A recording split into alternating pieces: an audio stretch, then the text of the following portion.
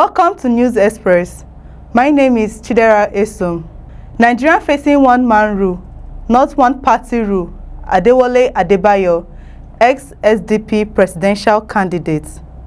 A powerful and uncertain warning is echoing through Nigeria's political space. It is not coming from an opposition street protest or a partisan rally. It is coming from a former presidential candidate, a senior political voice, and a man who insists he is speaking from observation, not emotion. Adewole Adebayo says Nigeria is not drifting towards a one-party state. He says the real danger is far more personal, far more centralized, and far more dangerous. According to him, the country is drifting towards one-man rule. Not that distinction matters, because a one-party state suggests institutional dominance, but one-man rule suggests something deeper, a concentration of power in a single individual that gradually weakens institutions, reduces internal party democracy, and reshapes governance around personal authority rather than constitutional balance. That is a serious claim, and it demands serious reflection. Speaking after visits to communities affected by violence in Plateau State, he describes scenes that he says are not isolated incidents, but part of a wider pattern of insecurity that many Nigerians rarely hear about in detail. He speaks of communities devastated by killings, families displaced, and citizens who feel abandoned by the state. He says what is happening is not just insecurity, but a breakdown of trust between citizens and governments. And here is where the political warnings begins to connect with the security reality. Because in his view, when citizens begin to lose faith in protection, governance itself starts to weaken.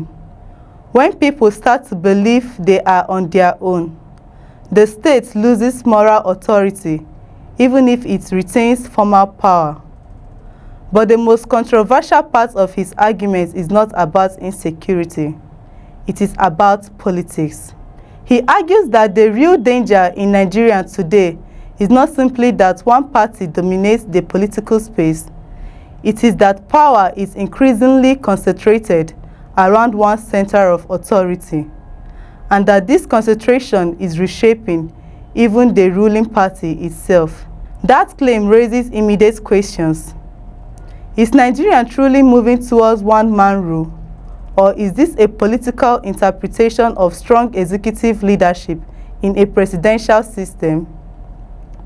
Is institutional power being centralized, or is the state simply functioning within the normal limits of executive authority? And perhaps more importantly, what evidence supports either interpretation? Because this is where the conversation becomes sensitive. He suggests that even the ruling structure is not immune. The internal party democracy is weakening, that decision-making is becoming more centralized, that political loyalty is increasingly directed upwards rather than across institutions. If that is true, then it changes the way we understand Nigeria's political trajectory. It will mean the issue is not just opposition weakness or ruling party strength.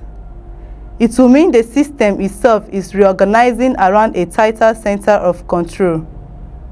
But that is not the only argument in circulation, because within the same interview, there is a parallel concern about the opposition, particularly the People's Democratic Party and the African Democratic Congress, both of which are facing internal crises, leadership disputes, and legal battles that have dragged into the courts. He acknowledges that these crises are real. He does not dismiss them, but he frames them differently. He suggests that political parties must take responsibility for their internal structures, warning that poor organization, weak discipline, and opportunistic politics are part of the problem. So now the narrative splits into two competing interpretations. One says the opposition is being weakened. by a system that favors centralized power. The other says the opposition is weakening itself through internal dysfunction. And both may be true at the same time. Because when parties lack ideological grounding, when leadership is contested, when loyalty is transactional, and when internal democracy is weak, crisis becomes inevitable. But when those crises occur in a highly competitive political environment, they can also be amplified, accelerated, and exploited. That is where the tension lies. Is Nigeria witnessing a neutral collapse of weak political institutions? Or is it witnessing a strategic consolidation of political advantage? And can both dynamics exist simultaneously? There is also a deeper concern raised in his remarks, one that goes beyond parties and elections. It is about the nature of political participation itself.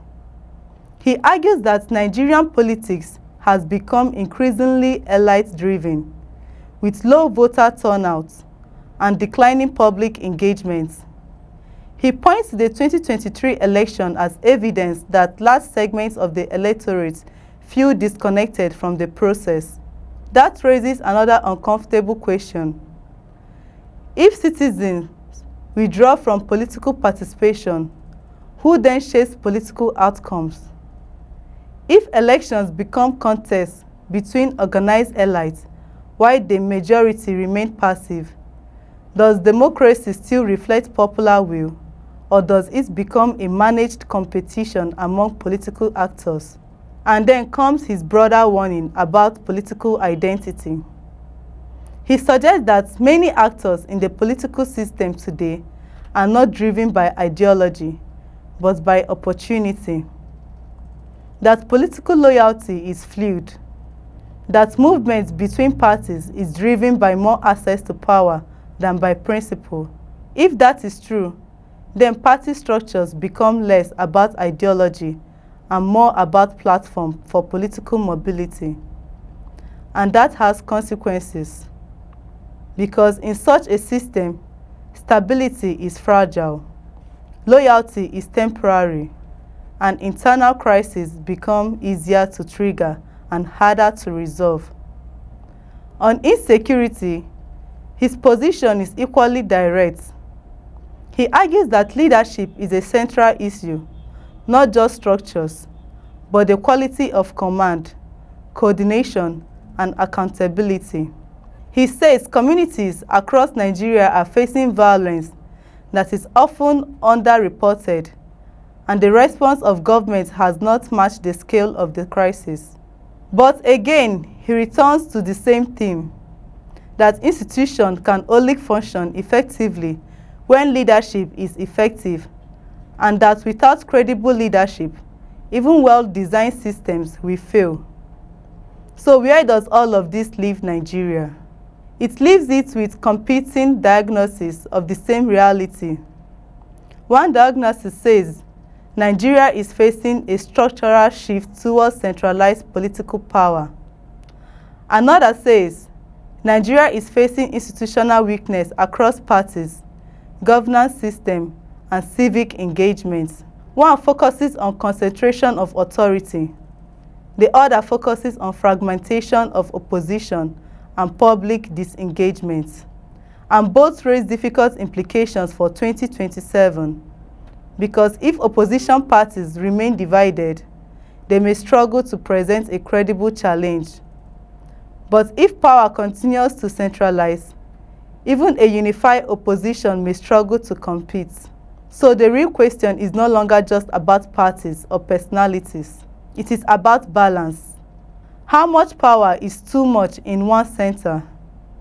How weak can opposition become before democracy is affected?